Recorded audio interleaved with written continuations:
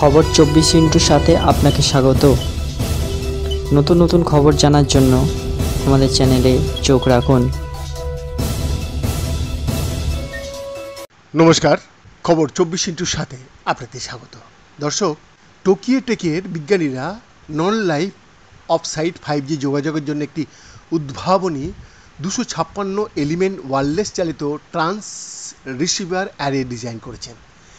এই অভিনব ডিজাইনে রয়েছে দক্ষ ওয়্যারলেস পাওয়ার ট্রান্সমিশন এবং উচ্চ পাওয়ার কনভার্সন দক্ষতা, যা 5G নেটওয়ার্ক কভারেজ বাড়াতে পারে, এমনকি লিঙ্ক ব্লকেজের ক্ষেত্রেও। বর্ধিত নমনীয়তা এবং কভারেজ এলাকা সম্ভাব্যভাবে উচ্চ গতির কম বিলম্বিত যোগাযোগকে আরও অ্যাক্সেসযোগ্য করে তুলতে পারে।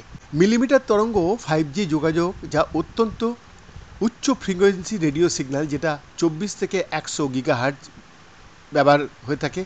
এটি পরবর্তী প্রজন্মের বেতার যোগাযোগের জন্য একটি প্রতিশ্রুতিশীল প্রযুক্তি, যা উচ্চ গতি, কম লেটেন্সি এবং বড় নেটওয়ার্ক ক্ষমতা প্রদর্শন করে।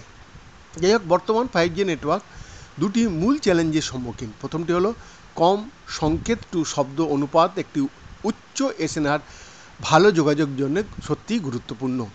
আরেকটি চ্যালেঞ্জ হলো লিঙ্ক ব্লকেজ, যা বিল্ডিংয়ের মতো বাধার কারণে ট্রান্সমিটার এবং রিসিভারের মধ্যে সিগন্যালের ব্যাঘাতকে বোঝায়। মিলিমিটার তরঙ্গ ব্যবহার করে দূর দূরত্বের যোগাযোগের জন্য বিম ফর্মিং একটি মূল কৌশল, যা এসএনআর উন্নত করে। এই কৌশলটি একটি নির্দিষ্ট দিকে একটি সংকীর্ণ রশ্মিতে রেডিও সংকেত ফোকাস করতে সেন্সরগুলির একটি অ্যারে ব্যবহার করে। একটি একক বিন্দুতে একটি টর্চলাইট রশ্মি ফোকাস করার মতোই, যাই হোক, একটি লাইন অফ সাইট কমিউনিকেশনের মধ্যে সীমাবদ্ধ, যেখানে ট্রান্সমিটার এবং রিসিভারগুলিকে অবশ্যই একটি সরল রেখায় থাকতে হবে এবং প্রাপ্ত সংকেত বাধার কারণে অবনীত বা অবনমিত হতে পারে। তদ্ব্যতীত কংক্রিট এবং আধুনিক কাঁচের উপকরণগুলি উচ্চ প্রচারের ক্ষতির কারণ হতে পারে। তাই 5G নেটওয়ার্ক কভারেজ, বিশেষ করে বাড়ির ভেতরে প্রসারিত করার জন্য একটি non line of sight relay সিস্টেমের জরুরি প্রয়োজন।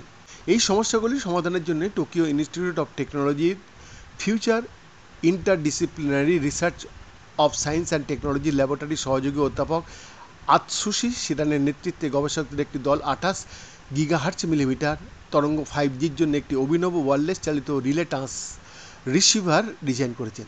যোগাযোগে তাদের গবেষণাটি 2024 IEEE-MTTS আন্তর্জাতিক মাইক্রোওয়েভ সিম্পোজিয়ামের কার্যপ্রণালীতে প্রকাশিত হয়েছে।